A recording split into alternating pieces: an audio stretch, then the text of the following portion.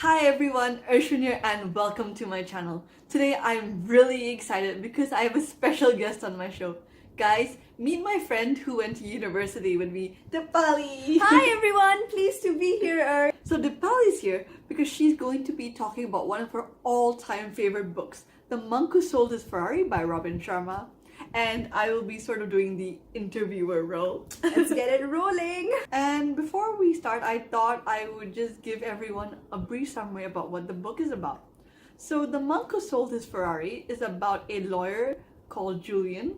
He's the top lawyer in his country, but one day he collapses in court due to a heart attack. And this is because he was working up to 18 hours a day, he was not taking care of his health, he was not spending enough time with his family and friends, and this all eventually caught up to him and led to this heart attack. So Julian decides that enough is enough.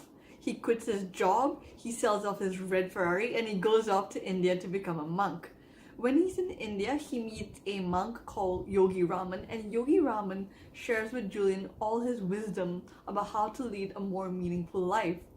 And he tells Julian that he must go back to his country to share this wisdom because this is something that everyone needs in their life.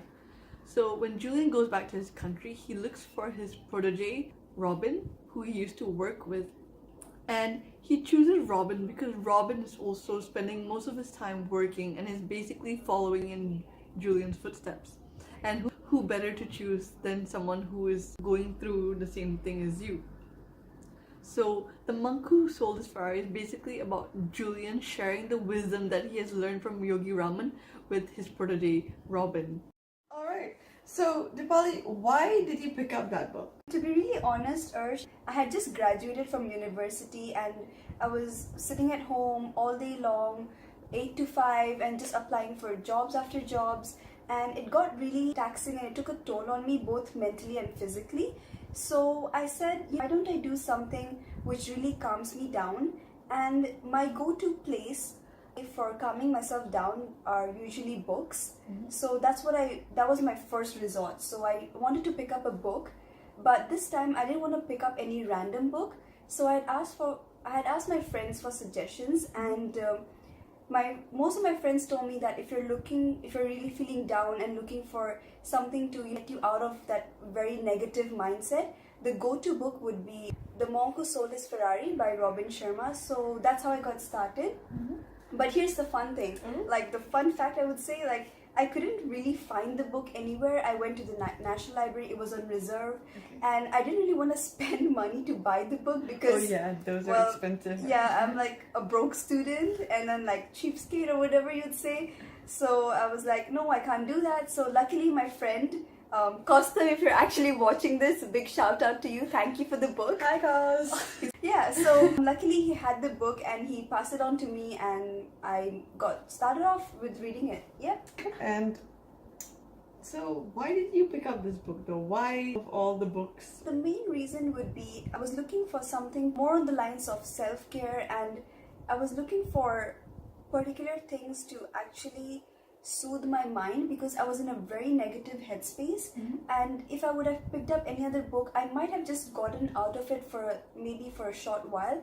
But knowing that job search is actually a very tedious process and it's gonna take quite some time, I wanted to really shape my mindset. So my friends who had read this book previously had told me that this is the book which would actually help me rethink and introspect within myself. So I said, this is the case, why don't I just pick it up and give it a shot, because anyway I was feeling low. So there's no harm of, trying something which is recommended by friends who are avid readers. So I picked up this book. Wow. Yeah. I love the part about like the introspective. Yeah, I was to be really honest, I was really down and I just wanted to rethink about my life and just the way things are, where to head on. And if you've ever been in that situation, I would really say that try doing something, be it as simple as picking up a book like this. Definitely. Just to take a seat back and just to analyze yourself, just to see how you're feeling, just to really understand yourself. Because with all the technology surrounding us today, with all that buzz noise and all that FOMO and everything, we keep rushing and we keep multitasking between things that we forget to like instill calmness within ourselves. And I think that's really important because it really helps you focus and makes you rethink about what you want to achieve in life. And in order to do that, you cannot do that in a very, I would say, in an environment that's too noisy. So you have to really put yourself in a space where you can think about yourself. And this just, book helps you yes, get in that space. exactly. So I think that was the boost I needed in order to actually get my mindset right, because I was really getting negative and I didn't want to be that person that pushed away other people, because at the end of the day you can really feel how someone's feeling around you. So I just wanted to make sure I got back on the right track.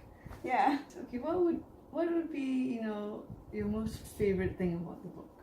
I think just the way it has been written, first of all, and secondly, the examples, the practical examples and techniques they have given in order to improve your life.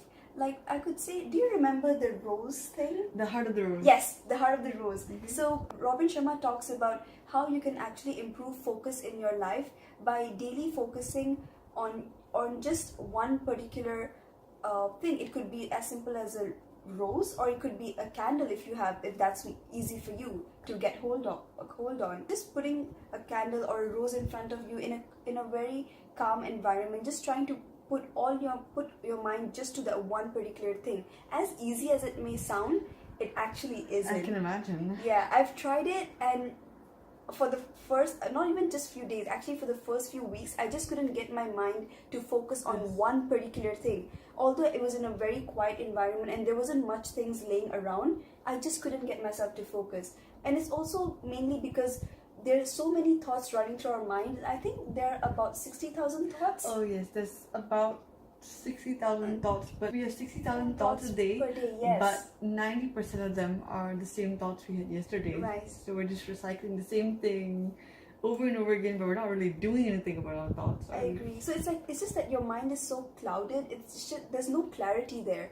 So I think this actually helped me to regain that clarity that I needed in my life. So I love these tips because it's not like I need to spend, say, about more than an hour a day. Just 5 minutes daily, and you can really see the improvement in your life over a period of time, gradually. You can actually feel the change in yourself. It's not immediate. Like, it's not those instant thing like we have with the technology today. It's the real thing. Yes, it's the real thing. It's the real deal, guys. So, okay. Yeah. And last question. Why should everyone read this book?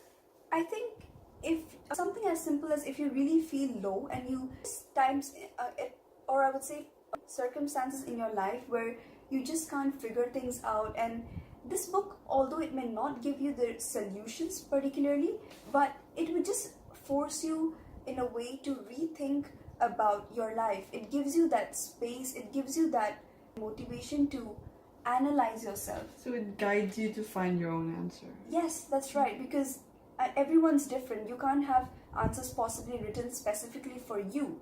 So you, like you mentioned, it probably guides you to finding that light or that spark that you need in order to get your life back on track. Alright, so we've come to the end of our discussion. Deepali, thank you so much for sharing your personal experiences with us. I think there's something a lot of people have gone through or are currently going through, and it's something the audience can really relate to, including myself. Well, I mean, it feels great if you can relate to it, and I hope you guys relate to it as well, as Ursh just said.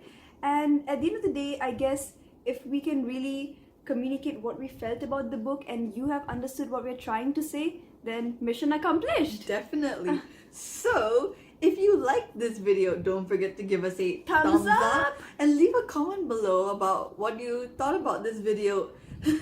And also, if you have read this book, don't forget to let us know how you felt after, because we really want to hear your thoughts as well.